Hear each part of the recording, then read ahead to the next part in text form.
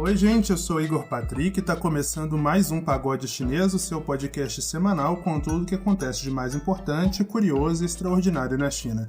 Comigo hoje está a Maria Rosa Azevedo. Oiê, oi Igor, oi Caleb, oi gente. E pela primeira vez o Caleb Guerra. E aí, pessoal, tudo bem? Caleb que entrou essa semana e já tem um roteiro do Gaokao pronto já para o final do mês, todo adiantado, todo planejadinho. Que mudança, né, Maria Rosa?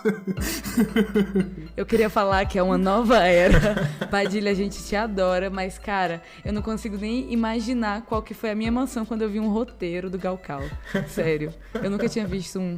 Isso tem que ser colocado em museus. Primeiro roteiro da história do Gaokao. Essa semana a gente também está voltando ao normal, né, com eventos retomando. A gente teve, semana passada, né, que a gente não comentou, a inauguração do Biden, né, a posse do Biden. A gente ainda vai falar sobre isso ao longo desse mês, imagino. E a gente está tendo algumas novidades aí nessa área de China, os eventos de China. Só para lembrar, o Observa China, que é o think tank do qual eu faço parte, do qual o Lucas também fazia parte, e que realiza eventos todos os sábados às 10 horas da manhã. Neste fim de semana vai receber o Thomas Lau, que é advogado, muito influente na comunidade chinesa, né, em São Paulo. E ele vai falar um pouco sobre como a sociedade civil pode ajudar no combate à Covid, já que ele, junto com outras empresas chinesas, estão aí se mobilizando para enviar insumos hospitalares, incluindo litros de oxigênio, para Manaus, né, para conter o caos que Manaus virou desde semana passada. Eu ia até falar que, para quem não conhece Observa China, gente, quem conhece só o pagode, eles acontecem todos os sábados, começam às 10 horas da manhã e vai mais ou menos até meio-dia, né, Exato. Igor? Então, umas 2 horas, e sempre trazendo pessoas muito legais para discutir China. Então, sem gravação, num lugar onde dá para perguntar bastante. Então, é uma grande conversa sobre China com pessoas muito notáveis nessa área aqui no Brasil. Então, falando como uma pessoa de fora da Observa, que realmente vale muito a pena acompanhar. O site para se inscrever é www.observachina.com. Vai lá, a inscrição é gratuita, facinho, só colocar o nome e e-mail para no dia você receber o seu link para a reunião no Zoom. E segue no Instagram para ficar por dentro também. Vamos começar então o primeiro bloco? Roda a vinheta. A Terra do Meio é o bloco em que a gente aqui do Pagode Chinês coloca a China no centro do palco, recapitulando e explicando as notícias mais importantes da última semana. O bloco foi batizado em referência ao nome da China em mandarim, que é Zhongguo, o Império do Meio. Vamos lá? Não poderia ser diferente, a gente começa falando de vacina, né? A Embaixada da China informou pelas redes sociais que está aplicando máximos esforços, entre aspas, aí, né, para garantir o envio ao Brasil dos IFA, que são os insumos farmacêuticos ativos, que desde o ano passado estão parados lá no aeroporto de Pequim. Esse IFA é o ingrediente essencial, né, para poder fabricar essas vacinas, e cada uma delas tem uma fórmula diferente. Para ficar mais fácil para o ouvinte do pagode entender, imagina que a vacina é como se fosse um suco. O IFA seria então a polpa da fruta e todo o resto seria como a água. Sem esse material, nem o Butantan, que está invasando a vacina chinesa, né, a Coronavac, nem a Fundação Oswaldo Cruz, que é responsável pela vacina de Oxford, conseguem dar vazão à fabricação e distribuição desses imunizantes. Não custa lembrar que a China é a maior fabricante de IFAs no mundo e vai ser o país a fornecer esse ingrediente para as 2 vacinas já aprovadas no Brasil. Ainda não está claro o motivo dos atrasos no envio. Pode ser aí por uma série de questões, né? A China, como a gente comentou na semana passada, está vendo uma alta de casos.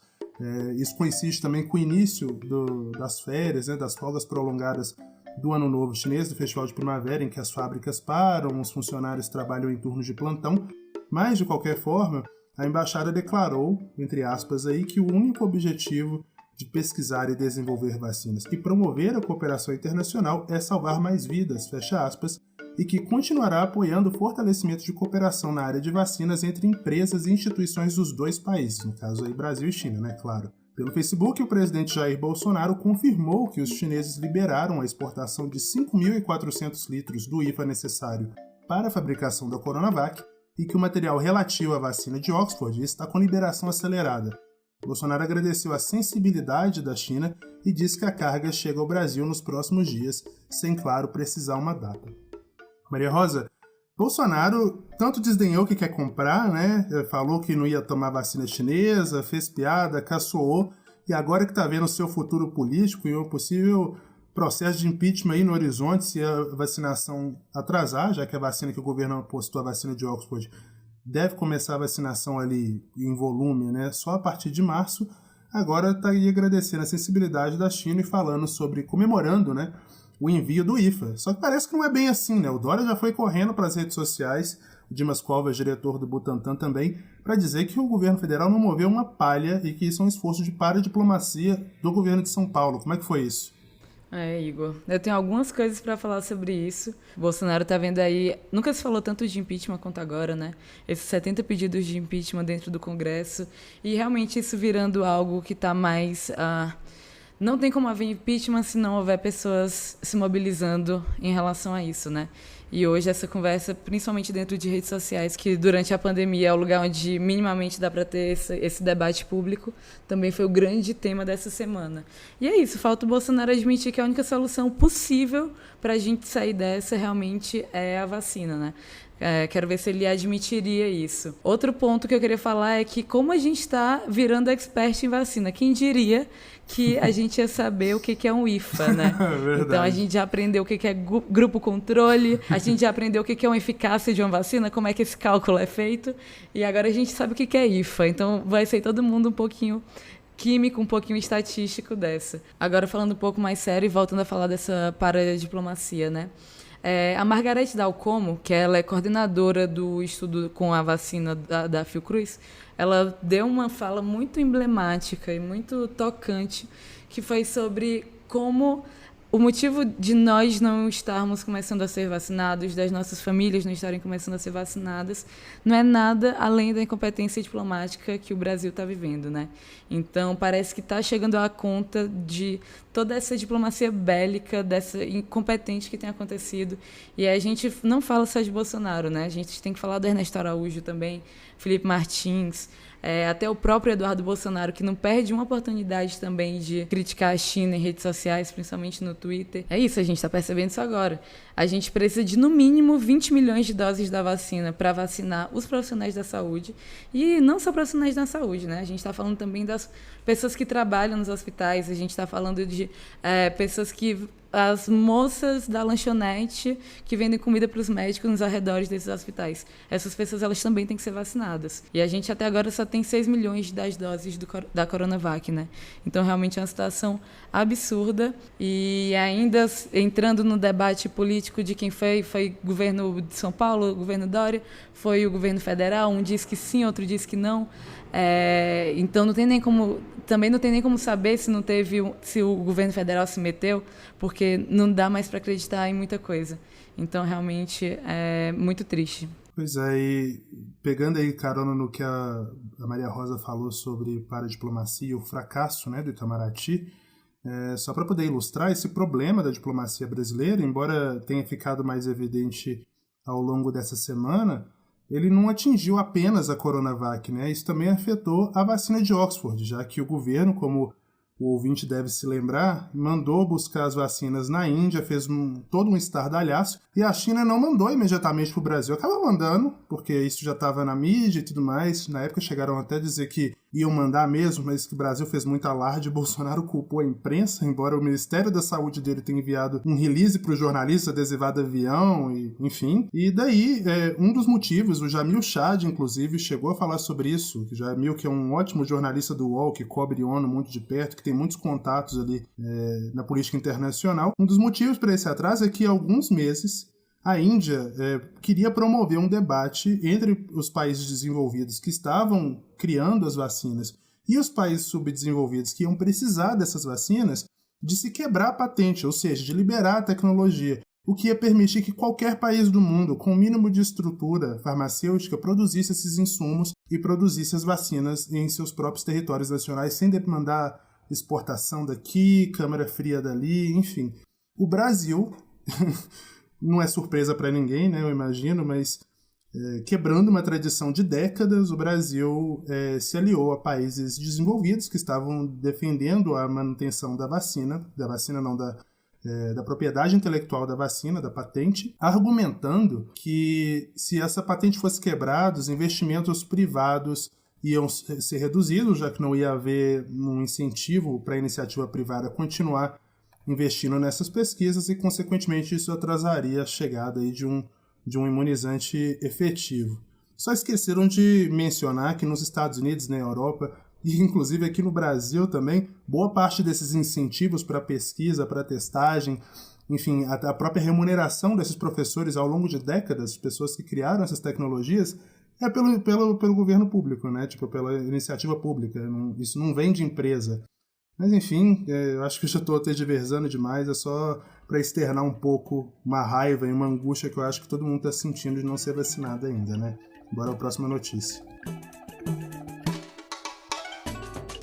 A China está construindo um enorme muro nas fronteiras entre Vietnã e Mianmar, de acordo com o que reportou aí a rede de TV australiana ABC ao longo dessa semana. Citando reportagens da Xinhua, a ABC informou que esforços próximos ao Vietnã se concentram principalmente na área ali próxima ao rio Bailun, que fica na província autônoma de Guangxi. A região não possui grandes barreiras geográficas naturais e era descrita, entre aspas, aí, como paraíso de contrabandistas, um dos principais pontos de tráfico de drogas no país. Já na fronteira entre a província chinesa de Yunnan e o país, né, Mianmar, a China terminou no finzinho de dezembro uma cerca que se estende por 659 quilômetros.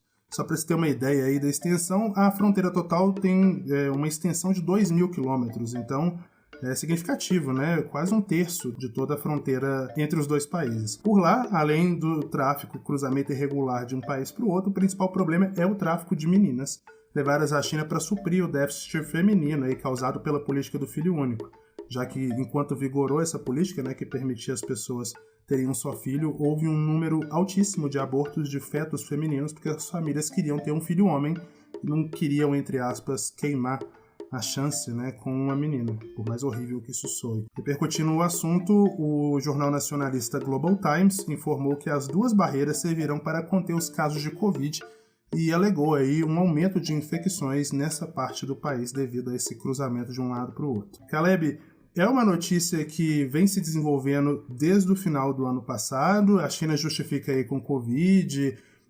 De fato, é uma questão importante para a China, né? Manter o país livre de casos de transmissão doméstica. A gente está vendo aí todo o transtorno que a circulação do vírus está causando na China agora. Mas não dá para negar, né, que essas duas fronteiras são fronteiras muito sensíveis por tráfico de meninas e mulheres, né, jovens mulheres, que vão para a China se casar com homens, sobretudo na China rural, né? Exato, né, Igor? Esse tipo de notícia, na verdade, não me surpreende.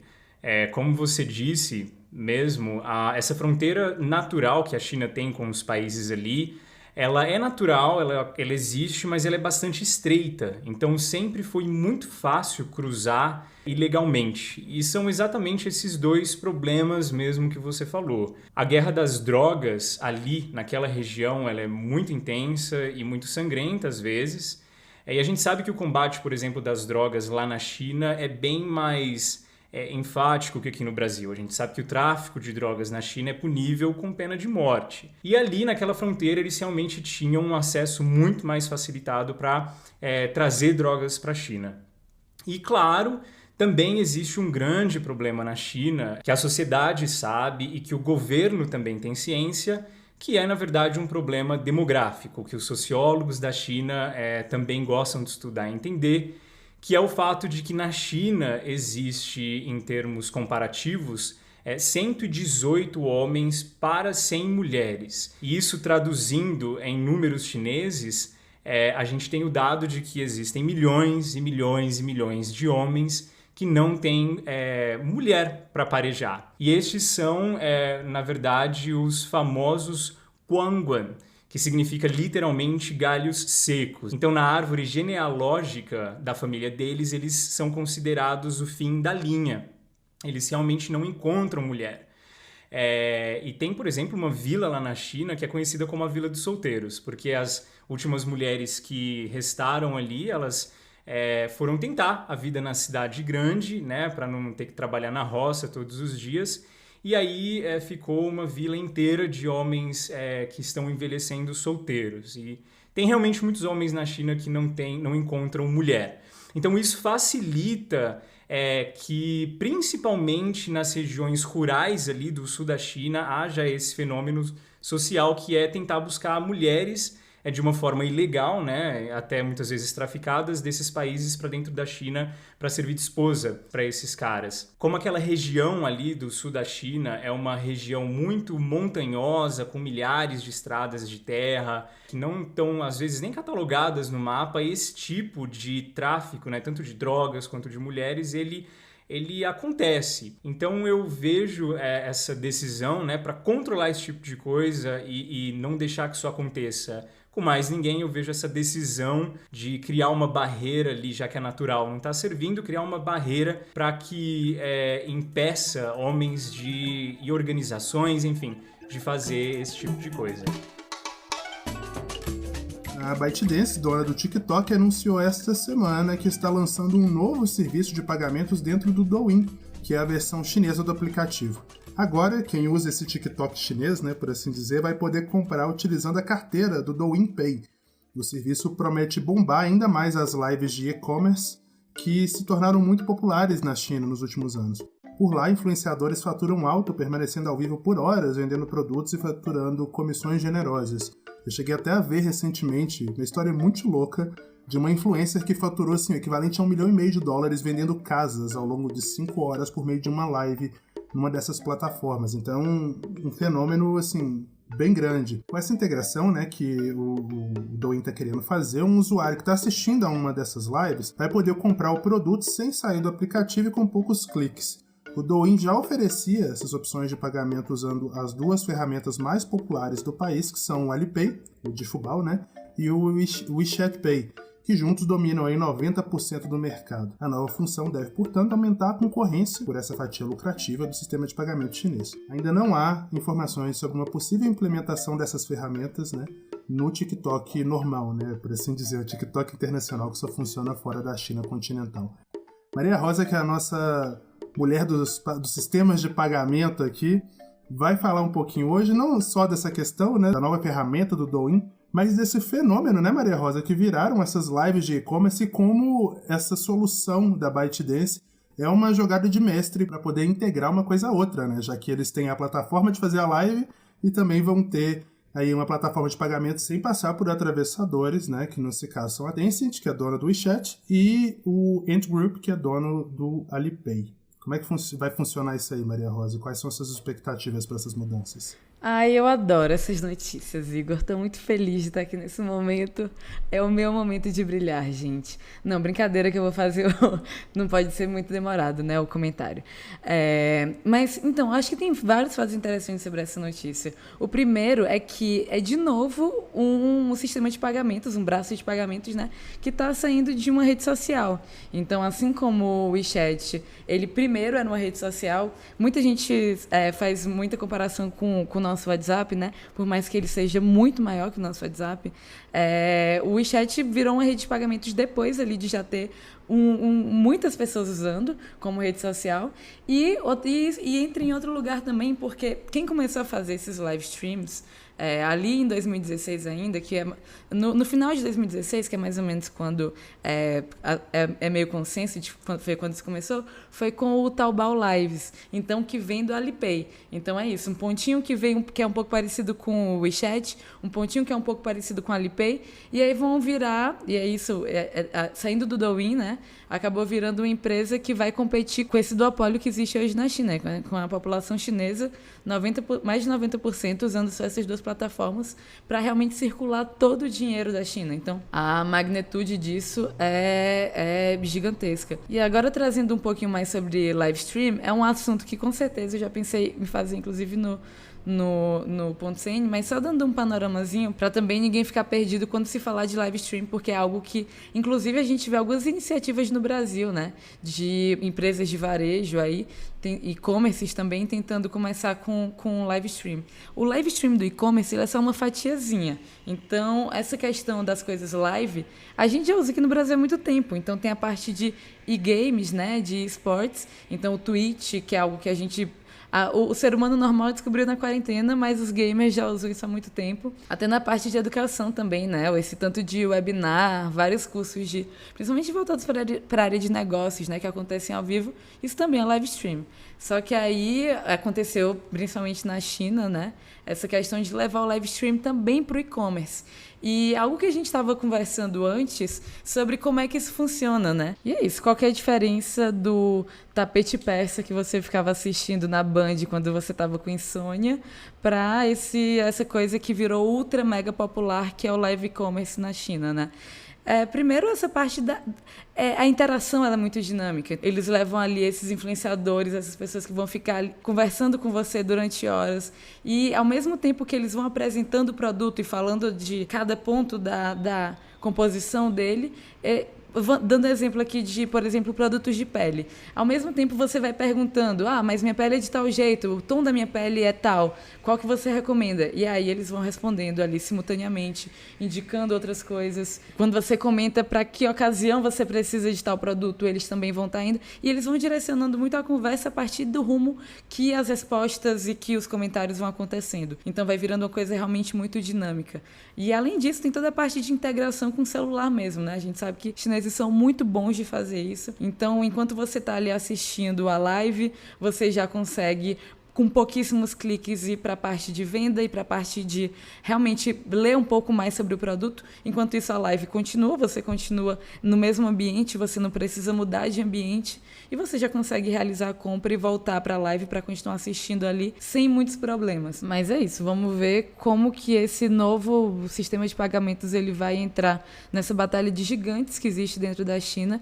E isso tudo vindo junto de também uma tentativa muito forte do governo chinês de regular mais essas big techs, né, de diminuir um pouco desses monopólios. Então já entrar um player que já vai entrar uma outra empresa com um potencial tão grande de também viralizar, principalmente no mercado doméstico, né, dentro da China como nova plataforma de pagamentos, entra num momento muito chave. Vamos ver o que vai acontecer. Terminou na semana passada o resgate de 11 mineiros que ficaram presos após a explosão de uma mina de ouro na província de Shandong. O acidente ocorreu no dia 10, quando uma explosão bloqueou a saída dos funcionários.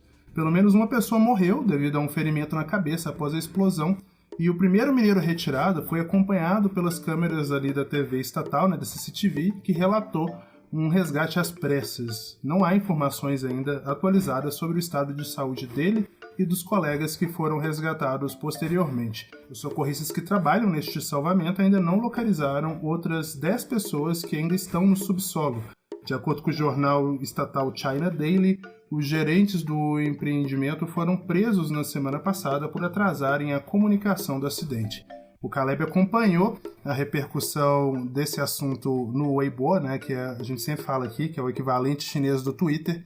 E eu queria que você compartilhasse um pouco com a gente, Caleb, não só a repercussão entre as pessoas na China comentando esse acidente, mas o fato, uma coisa que você comentou com a gente aqui antes da gente começar a gravar, o fato de que esse tipo de acidente, infelizmente, não é tão incomum na China, né? Esse é o tipo de notícia que reverbera muito nas redes sociais e os chineses se sensibilizaram muito, né, com essa história toda. Online mesmo, no Weibo, eles cobravam muito das autoridades, né, durante essas semanas, explicações de como isso poderia ter acontecido, né, e formas também de punir os responsáveis por isso. Mas vale a pena também lembrar que acidentes assim na indústria mineradora chinesa não são tão raros. De acordo com o jornal Diário do Povo, foram aproximadamente 170 acidentes assim que aconteceram em mineradoras só no ano de 2019. E desde o ano passado, por exemplo, a gente lembra do caso lá na cidade de Chongqing, que aconteceu a mesma coisa e o acidente acabou matando 39 trabalhadores. E depois disso, né, especificamente, os governos locais prometeram regular as leis para punir mais severamente os responsáveis por esse tipo de acidente. As causas desse incidente, no caso, ainda estão sendo investigadas, mas, na tentativa de enforçar melhor as leis que punem os responsáveis por esse tipo de coisa, o governo local já fez com que os administradores da mineradora fossem detidos pelo atraso em reportar a situação. Na verdade, foram 2 explosões, né, com uma diferença de 40 minutos mais ou menos entre uma e a outra, e o que parece é que eles não reportaram rapidamente depois da primeira explosão. Então a gente vê aqui que essa é mais uma forma do governo central de punir mais rapidamente, né, e mais severamente essas grandes empresas da indústria mineradora chinesa por esse tipo de incidente e pelo descaso, né, nesse caso especificamente, do atraso em reportar o que tinha acontecido. E eu vejo isso como algo muito positivo. Eu acho que manda uma mensagem para a indústria mineradora chinesa e para essas empresas que colocam a vida dos trabalhadores em risco, ainda por cima não oferecem o suporte devido, né, na iminência de um acidente. Lembrando que essa mineradora é a 4ª maior mineradora de ouro da China. Então eu espero que essa mensagem seja captada pelas outras empresas e que mudanças estruturais aconteçam para que esse tipo de incidente diminua na China, né, e que os responsáveis por isso realmente paguem judicialmente pelo acontecido. Finalizando o nosso bloco de notícias, vamos agora para o Gaokao, que é o nosso bloco que traz curiosidades históricas sobre a China. Bora lá. Essa semana a gente completou 1 ano desde o início do lockdown em Wuhan. E eu sei, nessa pandemia já está durando aí tanto tempo que parece que foi há séculos, mas foi no dia 21 de janeiro do ano passado, né, que a China estava aí anunciando que ia trancar uma das suas maiores metrópoles em uma tentativa desesperada de controlar o surto de um vírus respiratório que até então ninguém conhecia. Com isso, muita gente passou a conhecer Wuhan apenas por conta do surgimento do novo coronavírus e não faz ideia da rica história da cidade. No Gaokao dessa semana, a gente vai contar um pouco sobre a importância de Wuhan em eventos que mudaram radicalmente a história da China atual, e ninguém melhor para falar sobre o assunto que o Caleb, que viu de perto o início da pandemia, né, lá em Wuhan e morou por muito tempo na cidade. Vai lá, Caleb. É isso mesmo, Igor. Conhecida como a Cidade das Pontes, né, pelo seu grande número de lagos, Wuhan, que já foi até a capital da China por um curto período de tempo, e hoje é a cidade com um dos planos de desenvolvimento mais audaciosos da China, ela carrega histórias de batalhas que mudaram o rumo do país inteiro em diferentes épocas. E no Gaokao de hoje a gente vai falar sobre 3 batalhas que aconteceram em Wuhan que mudaram os rumos da história da China. A primeira dela é a mais antiga, ali no finalzinho da dinastia Han, mais ou menos 200 anos depois de Cristo, é conhecida como a Batalha dos Penhascos Vermelhos. Ela é considerada a maior batalha naval da história da China e uma das maiores da história do mundo. É também conhecida por ter levado à derrota de um dos maiores estrategistas militares e políticos que a China já viu, um cara chamado Cao Cao, que apesar de ter tentado treinar, né, uma infantaria e soldados que nunca tinham batalhado na água, apesar de tentar treinar esses caras para enfrentarem essa guerra, né, uma guerra contra um povo que já estava bem mais acostumado a guerrear em cima de barcos, ele não conseguiu vencer essa guerra. E no imaginário da cidade, do povo wuhanês, essa é uma batalha muito importante porque leva ao fim da dinastia Han e o começo, né, dos 3 reinos, do período dos 3 reinos. Então fica muito conhecida ali no território. A segunda batalha, a segunda guerra que houve ali em Wuhan é conhecida como a Revolta de Wuhan e já é bem mais perto da gente aqui no século XX. E ela é bem legal porque envolve até sociedades secretas. Então tinha 2 sociedades secretas ali em Wuhan, uma chamada Associação Progressista e a outra, minha preferida, chamada Sociedade Literária. E essas 2 sociedades secretas eles se uniram com outro grupo com o objetivo de derrubar o imperador e encerrar a dinastia Qin. Então, olha, antes mesmo do movimento de 4 de maio, que foi feito por estudantes intelectuais lá em Pequim, e antes mesmo até do Partido Comunista Chinês se organizar, os jovens wuhaneses, eles já estavam pensando e se organizando clandestinamente para se revoltar contra a presença estrangeira que fatiava o território chinês. E foi ali, então, em 1911, que uma das bases deles, ali em Hankou, uma parte da cidade de Wuhan, sofreu uma explosão, um acidente, e a partir dessa explosão, o imperador e todo o exército imperial acaba descobrindo a identidade dessas sociedades secretas, né? Acaba descobrindo os intelectuais, os estudantes e os sonhadores, os revolucionários que faziam parte dessas sociedades. E com essa identidade agora revelada, essa galera pensou, bom, a gente precisa então ir para a guerra. E foram para a guerra muito ambiciosos, né, com um espírito inquebrável e indomável, e conseguiram estabelecer ali em Wuhan um governo militar.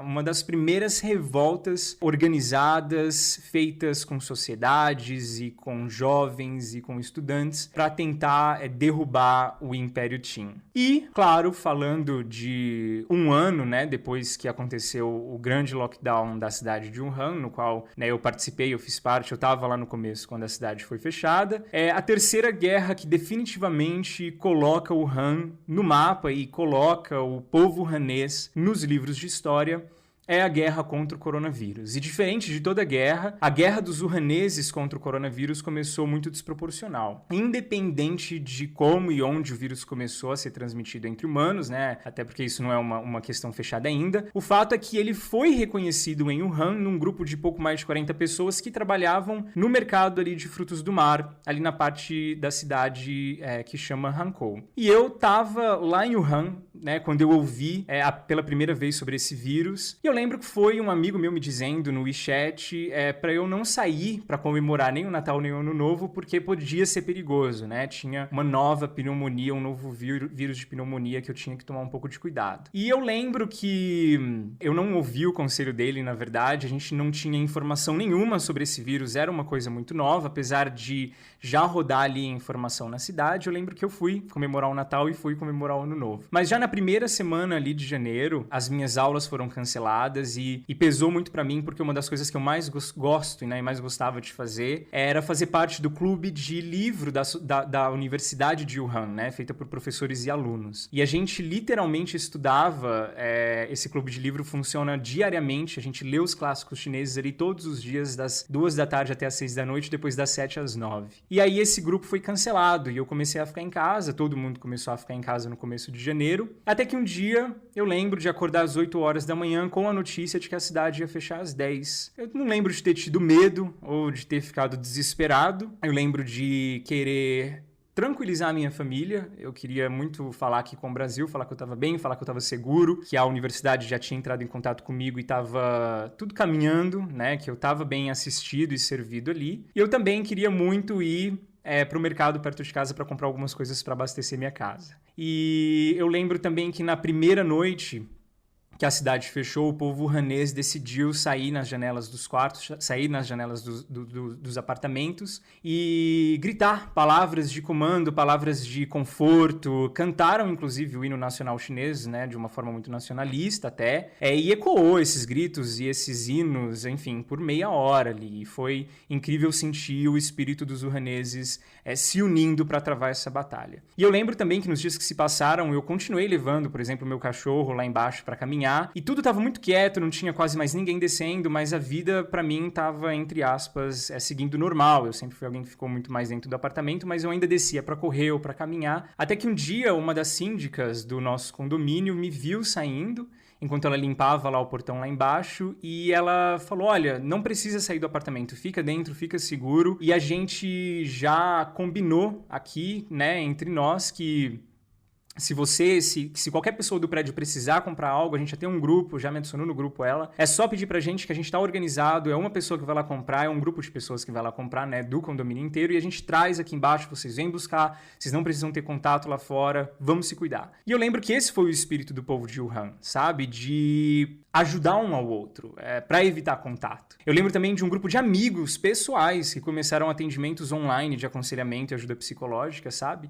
Lembro do Ano Novo Chinês, assistindo lá de casa. Foi o primeiro Ano Novo Chinês que eu passei literalmente dentro de casa. E a maioria do povo de Wuhan estava muito solitário, né? Porque muita gente morava fora e não conseguiram sair, não conseguiram ir ver as famílias que moram em outras cidades. Mas eu lembro de como as pessoas se dispunham, até mesmo, por exemplo, a cuidar de cachorros e gatos de viajantes que saíram antes da cidade fechar e não conseguiram voltar, sabe? E esses grupos de ajuda foram criados de uma forma bastante orgânica para que as pessoas se ajudassem nesse momento que todo mundo percebeu que a gente estava lutando uma guerra ali. Lembro da construção dos hospitais, a construção veloz desses 2 hospitais e da seriedade com a qual tudo foi tratado.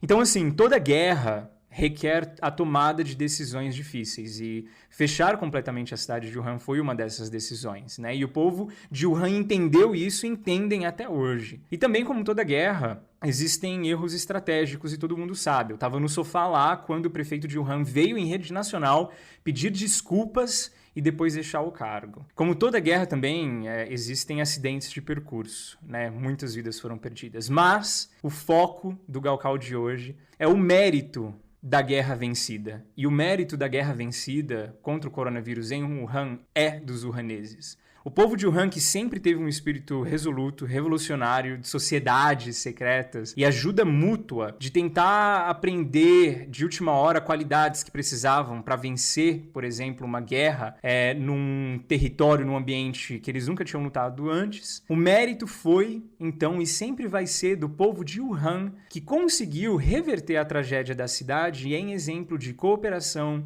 de resiliência e de ajuda mútua e de consciência social. Eu nunca vou conseguir esquecer desse espírito inquebrável wuhanês, que conseguiu algo que o mundo não conseguiu reproduzir depois. O mérito, portanto, dessa guerra é deles, do povo de Wuhan, dos wuhaneses. E essa terceira guerra, né, em território de Wuhan, que marcou a história da cidade, vai ser contada, com certeza, para as próximas gerações como um exemplo de consciência social, de ajuda mútua e de responsabilidade com o vizinho, de responsabilidade e amor com o próximo. É isso, galera. Esse foi o Gaokao de hoje. Até o próximo Gaokao. Valeu, Caleb. Ótima estreia por aqui. Semana que vem a gente tem a Maria Rosa com o Ponto CN. Bora dar umas risadas com as histórias dos nossos ouvintes no Cilada. Gente, vocês já perceberam que as histórias envolvendo os velhinhos por aqui na Cilada são sempre muito curiosas, né? E hoje a história é da Marcela Lauer, que é advogada e vai contar sobre um encontro com um senhor aí em um trem noturno na China, umas perguntas bem estranhas, viu? Bora ouvir.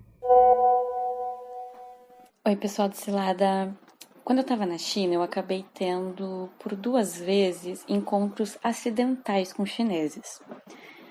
E nesses 2 encontros, aconteceu dos chineses me fazerem algumas perguntas um tanto esquisitas. Papo vai, papo vem, eles sempre acabavam me perguntando sobre com que idade eu queria casar, se eu casaria com chinês, se eu criaria meus filhos na China, e por aí vai. A primeira vez que isso aconteceu, eu achei muito engraçado, né? Logo num primeiro encontro, me tratar como se eu fosse uma potencial esposa. Na segunda vez eu já, não, peraí, existe um padrão. Aí eu perguntei para uma amiga minha sobre essa forma de flertar dos chineses. E ela me esclareceu que realmente é uma forma que eles têm de, educadamente, demonstrar que estão interessados em você. Pois muito que bem, vida que segue. Aí teve uma situação, eu estava esperando o trem noturno e eu estava muito cansada, já devia ser umas 11 da noite. Chegou um senhorzinho, aparentando ter seus 60 anos. Ele até me lembrou meu avô. E ele começou a puxar assunto. Eu estava exausta, mas é aquela coisa, eu estava lá para aprender chinês e, né, descansar o descanso no Brasil. Então eu acabei dando corda para aquele senhor. Aí lá pelas tantas, ele acabou me fazendo aquelas perguntas. Aí eu pensei, não. Eu não sei porque, eu acho que era porque eu tava cansada, mas eu me irritei de uma forma que eu dei pra ele as piores respostas possíveis para aquelas perguntas. Eu disse que eu não queria casar, que eu não queria ter filho, que eu não criaria meus filhos na China, enfim. Fui bem grossa com ele. E ele, assim, muito cortês, tal, não se ofendeu, até me ajudou a encontrar meu vagão no trem depois e me ajudou a carregar as minhas malas. Pois bem, dormi, né? Chegamos de manhã no meu destino. Quando eu saio do vagão, quem é que tá me esperando? O senhorzinho. E ele queria me acompanhar até o meu hotel. Moral da história. Os chineses, no flerte, assim como tudo que eles fazem, eles são bastante focados e bastante insistentes. E esse senhorzinho chinês era ninguém mais, ninguém menos que o desaparecido Jack Ma, né? Que apareceu semana passada, inclusive. O podcast acabou ficando muito longo, a gente cortou essa notícia, mas Jack Ma ficou aí desaparecido desde outubro, apareceu aí no Cilada. Quem diria, Maria Rosa? Exatamente, flertando com Morena Misteriosa. Na porta do metrô. Ai, cara, não dá pra te levar a sério, mas... Cara, Maria Rosa, eu não sei se o Caleb ouviu esse episódio, mas a Maria Rosa vai se lembrar, porque foi um dos episódios mais esculhambados do Pagode. Lembra da minha amiga do banheiro em Xangai? Eu lembro. A gente vai expor ela mais uma vez. Que colocou o pé? Exato. Lembro. Como é que esqueceria, Igor? Desse momento marcante. Foi marcante na minha vida ouvir essa história. Imagina na dela. Eu vou expor ela mais uma vez, porque a gente faz esse programa pra isso mesmo, pra constranger os amigos. A Isabela, eu não ia falar o nome não, mas agora já foi. Enfim. A Isabela... Que já ganhou o livro do... Não é a mesma. Ah, droga. A Isabela, ela viajou comigo pra China, né? Pela primeira vez, a primeira vez que eu fui pra China, em 2014, eu tinha ali de 20 para 21 anos, e a gente ficou num hotel, né, na Global Village, que é um hotel que fica em frente à Universidade de Pequim. E nesse hotel moram os estudantes, mas também é um hotel que abriga muitos empresários, professores convidados, enfim, pessoas que vão para a Universidade de Pequim para algum evento e ficam hospedadas ali. Hoje em dia, né, os únicos, se não me engano, estudantes internacionais que não moram na Global Village é justamente o pessoal da Yenching Academy, que é o curso que eu faço e que o Lucas faz também.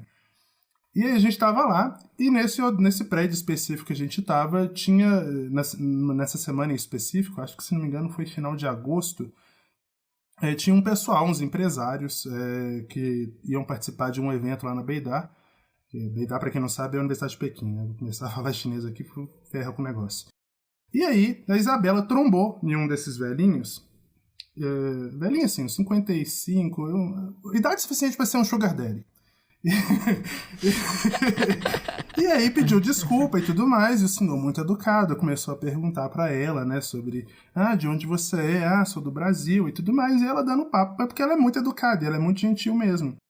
E aí o cara pergunta, mas você gostou da China e tudo mais, você namora, você tem filhos? E a Isabela, muito inocente, gente, muito novo naquela época, acho que a Isabela tinha 20 anos. Nem deu maldade na história. E aí ela falou assim, então tá, beleza, a gente depois se vê, né? Porque é jeito brasileiro, né? Que a gente vamos marcar mesmo. O senhor interpelou ela ao longo de uma semana, querendo o telefone dela, porque quando ela falou que queria marcar, que a gente ia se ver, ele realmente queria ver ela e considerou ela, tipo assim, uma potencial namorada. Então, esse tipo de história não é tão incomum na China. Já rolou contigo, Caleb? Olha, eu acho que rola com todo mundo, mas assim, eu me atrevo a dizer que esse senhorzinho, não sei o da Isabela, pelo menos o do trem da nossa amiga do Cilada, eu acho que se ela não tivesse tão cansada que nem ela falou e desse um pouco de corda, eu acho que ele viria com a seguinte frase: olha, eu tenho um neto que seria ideal para você. Eu acho que os senhorzinhos e as senhorinhas da China, quando vem um estrangeiro, uma estrangeira, bonitão assim no metrô, eles pensam logo em aparentar com alguém que é da família.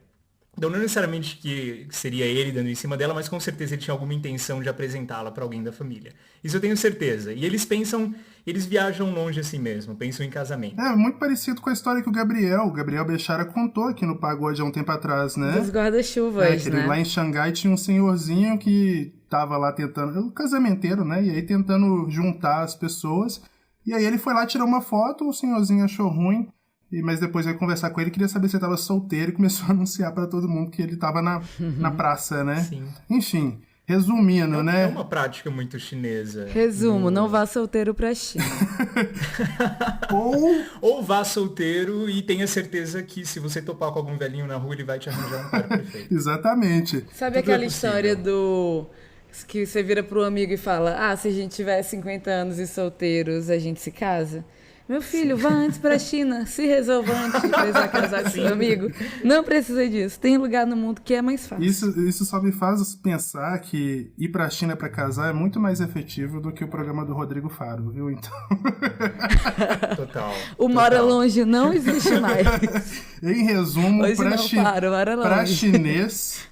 Caiu na rede a peixe, basicamente. Sim, fica aí uma dica de reality show, né? O que é ZL perto de Hangzhou, meu povo? Então... Enfim, vou colocar um ponto final, porque a gente se estende aqui quando começa a debochar. Valeu pela história, Laura. E se você também já passou por uma situação divertida lá na China, ou mesmo aqui no Brasil lidando com chineses e com a cultura chinesa, Manda pra gente, é só gravar um áudio de até 3 minutos e enviar no nosso Instagram ou pelo nosso canal oficial no Telegram. O link é t.me/pagode chinês. A gente tá esperando o seu relato. Senhoras e senhores, mandarins e mandarinas, mais um episódio do Pagode Chinês chegando ao fim e, como você já sabe, é a hora das nossas recomendações. Minha recomendação dessa semana é a série chinesa The Bad Kids, que fez um super sucesso lá na China em 2020 e eu não consigo mais largar, alguém me ajuda, tá difícil. Eu não vou dar muitos spoilers aqui, porque é uma série de suspense e tem tanta reviravolta que você fica até meio zonzo, assim. Basicamente, só para o pessoal ter uma ideia do que se trata, a série vai contar a história de 3 crianças, o Yan Yang e a Pupu, que se juntam aí por dificuldades na vida, né? A Pupu tá querendo encontrar o pai, se não me engano, agora eu não vou lembrar. O Yan Yang tá no orfanato, o Chao Yang é filho de uma mãe divorciada, o pai tá em outro casamento, tem uma outra filha, enfim. Eles se juntam. E um dia, por acaso, enquanto eles estão ali num ponto turístico chinês, eles testemunham um assassinato brutal, assim. A partir daí, o caminho deles se mistura muito com o do assassino e a coisa vai tomando um rumo muito inesperado. Essa série está disponível aqui no Brasil, de graça, porém com legendas em inglês e espanhol, no aplicativo de streaming iQIYI, que tem um monte de séries da China e do Japão, da Coreia, enfim. A maioria delas, infelizmente, legendada nesses 2 idiomas que eu falei, também acho que tem francês e alemão. Mas para quem fala, vale muito a pena conferir, é demais. E, enfim, eu acho que a gente tem uma visão muito estereotipada das produções asiáticas de modo geral, sobretudo das séries, e para mim, essa série, The Bad Kids, não perde em nada para as grandes produções de Netflix, Disney Plus, enfim. Vou começar por ti então, Caleb, já que é o seu primeiro episódio, fazer as honras da casa. O que você vai recomendar essa semana? Bom, já que hoje a gente falou bastante sobre Wuhan, a minha recomendação vai ser um filme que foi gravado na cidade de Wuhan. Chama Couch Boy, o garoto do sofá. Ele está disponível no YouTube, legendado em inglês, e conta a história de um garoto que acabou de se formar no ensino médio e ainda não sabe muito bem o que ele quer fazer da vida dele. Até que ele faz um amigo inesperado, um senhor muito mais velho que ele, que traz uma certa inspiração literária, a inspiração que ele precisava para decidir o que realmente ele queria ser da vida. É um filme muito bom, você vai conseguir ver alguns pontos bem tradicionais ali de Wuhan, e a história é muito boa, muito bem dirigido, e eu acho que vai trazer risada e vai fazer você chorar, tudo ao mesmo tempo. É um filme muito bacana que me deixou bastante emocionado algumas semanas quando eu assisti. Então essa vai ser a minha recomendação pra galera. Legal. E Maria Rosa, o que você vai recomendar? Gente, eu queria falar que agora eu tô trabalhando demais, então tá muito difícil a vida da princesa trabalhadora aqui. Ai, meu Deus. Eu não tenho tempo pra esse tipo de coisa, é isso que ela quer falar, né? Então, as minhas dicas agora, vocês vão perceber que vai ter uma pequena mudança. Eu só vou recomendar newsletter e podcast agora, galera, porque é a única coisa que realmente eu consigo, porque podcast a gente ouve o quê? Enquanto a gente lava a louça, enquanto a gente caminha, a newsletter ali vai no celular, rapidinho, highlights, tudo fica resolvido.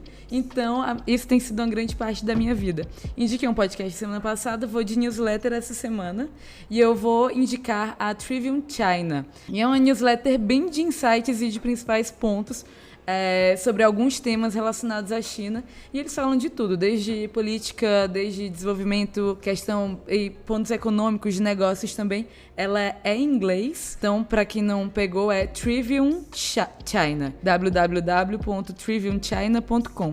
Ela infelizmente é em inglês, né? Não tem em português, mas ela é diária e realmente traz alguns pontos muito legais. Inclusive, se você trabalha, que tem algum tipo de relação no trabalho com China, ela é importante para saber desses pontos principais. Legal. Acho que é a primeira vez que as nossas recomendações não tem pelo menos um livro, né? Mas... eu não sei mais ler. Enfim, o nosso podcast é uma produção da Risca Fac, em associação com a Observa China. A direção é do Leopoldo Cavalcante e a edição do Guilherme Carrara. Trilha sonora original do Ruda Lages, artes do Lyndon Johnson, identidade visual da Paula Siebra, gestão de redes sociais do João Marcelo Viana e do time da F451. Se você quiser entrar em contato conosco, o nosso endereço de e-mail é o contato@pagodechinês.com.br, e também dá para falar com a gente de 2 outras formas, pelo Instagram, @pagodechinês, e pelo perfil do Telegram, que eu já mencionei no bloco anterior, mas é t.me/pagodechinês. O nosso provérbio dessa semana é esse aqui: o cão não ladra por valentia, e sim por medo. Beijo, gente. Até semana que vem. Tchau.